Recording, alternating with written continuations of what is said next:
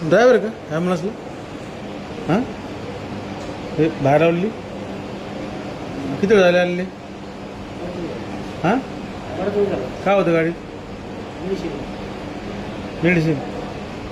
बरं मग तुम्ही कशाला थांबले इथं? हे ड्रिंक मग आलं वाटतं तुम्हाला? मग आलं वाटतं मग कशामुळे घेते विचारत तुम्हाला? तुम्ही एवढं मोठे ॲम्ब्युलन्स चालवताय आणि तुमच्याकडे तुम्ही ड्रिंक करून राहिले, हे तुम्हाला शोभलं पाहिजे साहेब.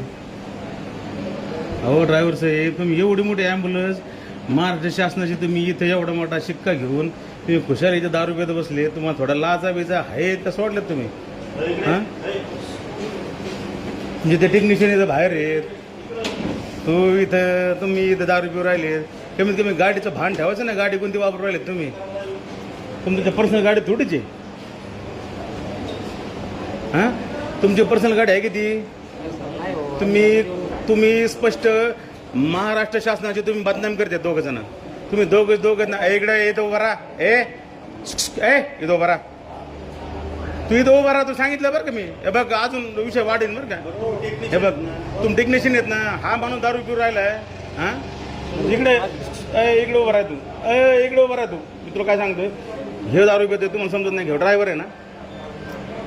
उद्या जर काही कमी जास्त झालं तुमच्या गाडीमध्ये काय माल आहे? टोटली बाकी काहीच नाही, फक्त बेड आणि गॅरेज काय विषय. अहो पण इथं तुम्ही दारू रुपयाचं काय कारण आहे का? तुमची गाडी तुम्ही तिथे लावा आणि तुमच्या कुठं झगमारा ते मारा ना तुम्ही ह्या गाडी घेऊन कशात थांबता तुम्ही? शासनाचे बदनाम करता ना तुम्ही. आम्ही पार्सल केलं, आम्ही तिकडे गावाकडे जाऊ. हे काय करू राहिलं इथं? हे इथं काय करू राहिलं? आहेत ना. तुमचं आडनाव काय सर? नाव काय तुमचं? पूर्ण नाव सांगा तुमचं. इथून नाही भेटलं तर आम्ही घेणारच येतं, काही विषय नाही त्याचा. शन्नू भाई